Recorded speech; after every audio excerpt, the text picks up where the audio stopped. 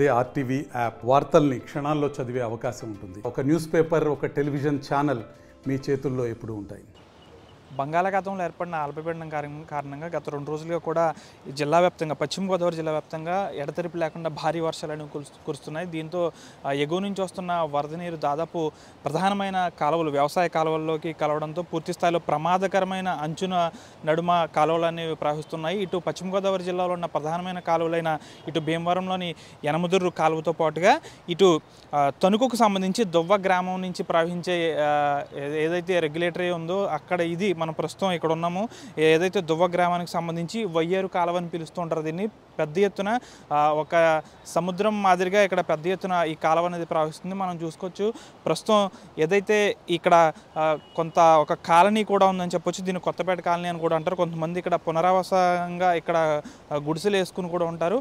దానికి సంబంధించి ఆ ఇల్లులు కూడా మునిగిపోయిన పరిస్థితి ఏర్పడింది. పూర్తి స్థాయిలో కూడా ఇక్కడ ఎవరైతే ఇల్లు మునిగిపోయి ఉన్నాయో వారిని అందరినీ కూడా పునరావాస కేంద్రాలకు తరలించారు. గత 2 రోజులుగా కూడా స్థానిక ఎమ్మెల్యే ఆర్మిల్లి రాధాకృష్ణతో పాటు జిల్లా కలెక్టర్ నాగరాణి కూడా ఇక్కడికి వచ్చి ఎప్పటికప్పుడు పరిస్థితిని అంచనా వేస్తున్నారు. పూర్తి స్థాయిలో కూడా ఎక్కడ దీనికి సంబంధించి 3వ ప్రమాద హెచ్చరిక కనుక జారీ చేస్తే ప్రమాదపు అంచునే ఉందని చెప్పొచ్చు. పూర్తి స్థాయిలో కాలువ పెద్ద ఎత్తున ప్రవహిస్తుండడంతో ఇప్పటికీ దువ్వ గ్రామానికి సంబంధించి పలు పంట కాలనీలు కూడా పంటకు సంబంధించి నారుమళ్ళు ఇప్పటికే నీటములుగా. అంతేకాకుండా దీనికి సంబంధించి ఎప్పటికప్పుడు అధికారులు కూడా పర్యవేక్షణ అనేది ఏర్పాటు చేస్తున్నారు. పూర్తి స్థాయిలో ఇక్కడ ఎటువంటి వ్యాధులు ప్రబలకుండా ముందుగానే మెడికల్ క్యాంప్ కూడా నిర్వహించారు. అంతేకాకుండా పోలీసు అధికారులు కూడా ముఖ్యంగా పికెటింగ్ ఏర్పాటు చేశారు.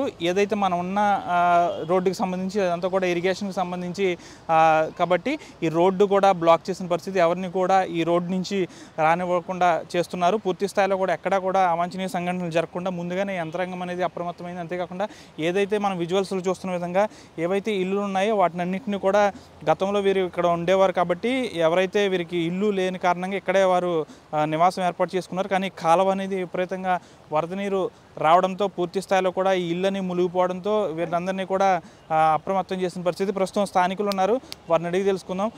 మీకు ఈ సమస్య అనేది ఎప్పుడు ప్రతి ఏడాది ఉంటుందా లేకపోతే ఏంటిది? ప్రతి ఏడాది ఉంటుందండి సమస్య అనేది.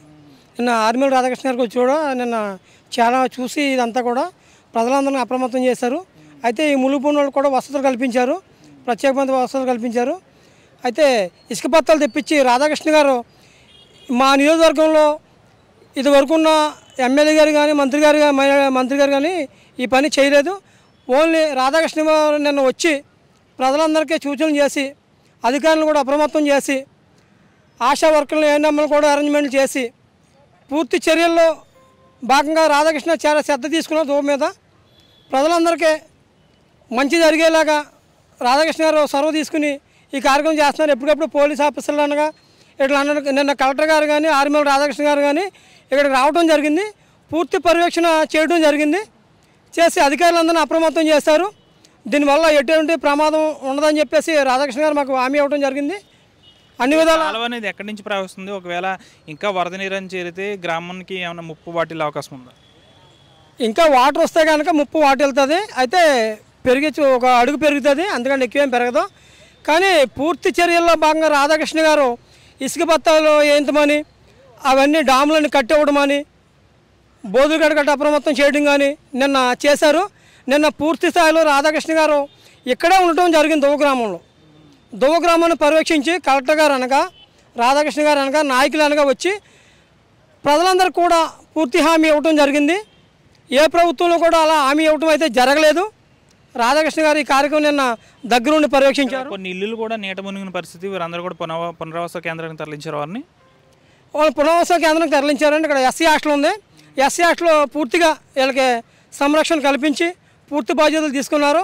వీళ్ళకి వంటలు కానీ ఇది కానీ వాళ్ళకి చేసేలాగా జనాలను కూడా అక్కడ పురమించడం జరిగింది. అంటే మన ప్రస్తుతం ఉన్న ఈ రోడ్డు కూడా చాలా దారుణంగా ఉంది. ఇది కూడా కూలిపోయే పరిస్థితిలో ఉంది. దీని పరిస్థితి ఏంటంటే ఇప్పుడు నిలకడగా పర్వాలేదు, కానీ ఎక్కువ వెయిట్ వేయడం కానీ ఎక్కువ జనాలు అక్కడ రావడం కానీ ఉంటే కొంచెం ఇబ్బందికర పరిస్థితులు ఉంటాయి. దీన్ని కూడా రాధాకృష్ణ గారు ఆయన దృష్టిలో పెట్టుకున్నారు. ఆయన పూర్తి హామీ కూడా ఇవ్వడం జరిగింది. ఏ ఎమ్మెల్యే గారు కూడా పూర్తి హామీ ఇవ్వలేదు, రాధాకృష్ణ గారు పూర్తి హామీ ఇవ్వడం జరిగింది.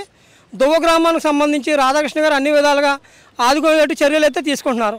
పూర్తి స్థాయిలో వరద అనేది కాలువలో పెద్ద ఎత్తున నీరు అనేది రావడంతో ముందుగానే అధికారులతో పాటు స్థానిక ఎమ్మెల్యే ఎవరైతే ఉన్నారో ఆర్ఎంఎల్ఏ రాధాకృష్ణ ముందుగానే ఇక్కడ ఈ ఎక్కువ నీరు దీనికి సంబంధించి వరద నీరు కాలువకి రెగ్యులేటరీకి వచ్చే అవకాశం ఉండడంతో ముందుగానే చర్యలు చేపట్టారని అయితే స్థానికులు చెప్తున్నారు.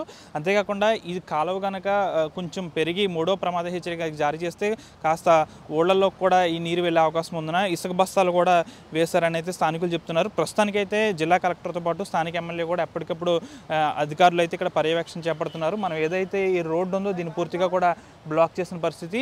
ఇక్కడ స్థానికంగా ఎక్కడ కూడా అంటువ్యాధులు ప్రబలకుండా ఆరోగ్య సిబ్బందితో పర్యవేక్షణ అనేది ఏర్పాటు చేశారు. అంతేకాకుండా అటు నుంచి ఇటు కూడా ఎక్కడ కూడా బ్రిడ్జ్ మించి రాకపోకలు నిలిపివేశారు. పూర్తి స్థాయిలో పోలీసు భద్రతను కూడా ఏర్పాటు చేసిన పరిస్థితి. అంటే ఇంకా వర్షం అనేది వస్తుంది కాబట్టి ఇంకా ఎగువ నుంచి భారీ ఎత్తున వర్షం వరద నీరు వచ్చే అవకాశం ఉన్న నేపథ్యంలో పూర్తి స్థాయిలో ఇక్కడ అన్ని ఏర్పాట్లు చేశారు. గండి పడే అవకాశం ఉన్న చోట ఇసుక బస్తాలతో పూర్తి స్థాయిలో పటిష్ట బందోబస్తు భద్రత ఏర్పాటు చేశారు. ముఖ్యంగా చూసుకుంటే ఇంకా 3వ ప్రమాద హెచ్చరిక అనేది జారీ చేయలేదు. ఎప్పటికప్పుడు కలెక్టర్ కూడా దీన్ని పర్యవేక్షిస్తున్నారు. వరద నీరును కూడా ఎప్పటికప్పుడు సముద్రంలోకి విడుదల చేసే విధంగా కూడా చర్యలు చేపడుతున్నారు. జర్నలిస్ట్ శేఖర్తో మనోజ్ RTV దువ్వ గ్రామం నుంచి. మరిన్ని వీడియోస్ కోసం ఛానల్ ని సబ్స్క్రైబ్ చేయండి. లేటెస్ట్ అప్డేట్స్ కోసం వాట్సాప్ ఛానల్ ని ఫాలో చేయండి. అండ్ లింక్ డిస్క్రిప్షన్ లో ఉంది.